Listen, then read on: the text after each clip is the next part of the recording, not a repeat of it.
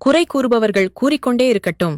அவர்கள் வாய் வலிக்கும் வரை உன்னை குறை கூறும் பலருக்கு உத்தமனாக இருப்பதை விட உன்னை நம்பும் சிலருக்கு நல்லவனாயிரு. அது போதும் உன் வாழ்க்கைக்கு. உங்களை குறை சொல்பவர்களை அப்படியே விட்டுவிட்டு கடந்து விடுங்கள். அவர்களுக்கு தெரிந்தது அவ்வளவுதான். அவர்களால் முடிந்தது அது மட்டும்தான். அவர்களுக்கு விளக்கம் சொல்லி நேரத்தை வீணடிக்க அவசியமில்லை. உறவுகள் தூக்கி எறிந்தால் வருந்தாதே. வாழ்ந்து காட்டு உன்னை தேடி வரும் அளவுக்கு. நமக்கு நாமே ஆறுதல் கூறும் மனதைரியம் இருந்தால் அனைத்தும் கடந்து போகலாம். எல்லா உறவுகளும் நம்மோடு இறுதி வரை பயணிக்க முடியாது. அப்படி ஒரு வரம் கிடைத்தால் நம்மை விட அதிர்ஷ்டசாலி வேறு யாரும் இல்லை.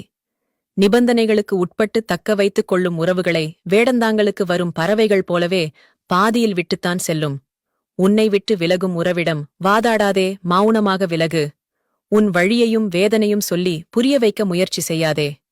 ஒரு நாள் ஒருவேளை அவர்கள் நம்மை சந்திக்கும் இடத்தில் ஏண்டா இவர்கள் இழந்தோம் என்று நினைக்கும் அளவிற்கு வாழ்ந்து காட்ட வேண்டும். குறையில்லாத வாழ்க்கையை தேடாதீர்கள். அது இதுவரைக்கும் யாருக்கும் கிடைத்ததில்ல. அடுத்தவர்கள் திரும்பி பார்க்க வேண்டுமென நீ வாழ ஆரம்பித்துவிட்டால் நீ திரும்பி பார்க்கும் பொழுது உனக்கான வாழ்க்கையை நீ இழந்திருப்பாய். வாழ்க்கையில் ஒரு கதவு மூடப்படும் பொழுது நமக்கு இன்னொரு கதவு திறக்கின்றது. ஆனால் பல நேரங்களில் நாம் மூடிய கதவின் நினைவிலேயே இருப்பதினால் திறந்த கதவுகள் நம் கண்களுக்கு தெரிவதில்லை.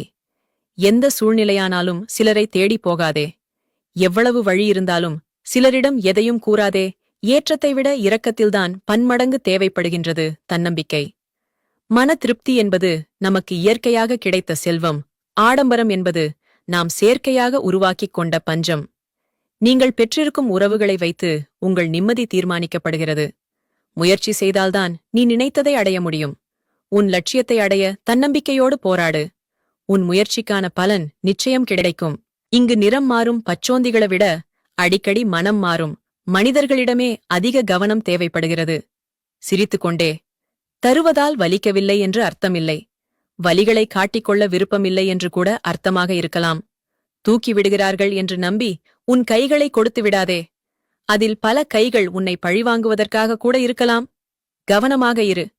அனுபவம் அதிகரிக்க அதிகரிக்க உதடுகள் தன் பேச்சை நிறுத்திக் கொள்கிறது என்பதுதான் யதார்த்தம். யாரையும் பழிவாங்க நினைக்காதே. உன்னை ஏமாற்றியவர்கள் தன் கர்ம வினையை அடைந்தே தீருவார்கள். நீ அதிர்ஷ்டசாலியாக இருந்தால் அவை உன் கண்முன்னே நிகழும்.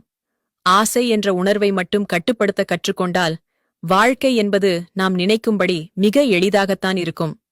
நம் எண்ணங்கள் யாவும் பிறருக்கு எந்த வகையிலும் துன்பத்தையும் வலியையும் தருவதாக இருந்துவிடக்கூடாது. பிறருக்கு நன்மையும் ஆறுதலையும் தரக்கூடியதாக இருக்க வேண்டும். ஒருவருடைய பலவீனம் அன்புதான் என்றால் அதனுடன் விளையாடாதே. அது உண்மையான அன்பு மட்டுமல்ல, உன்மீது வைத்திருக்கும் நம்பிக்கையும் தான்.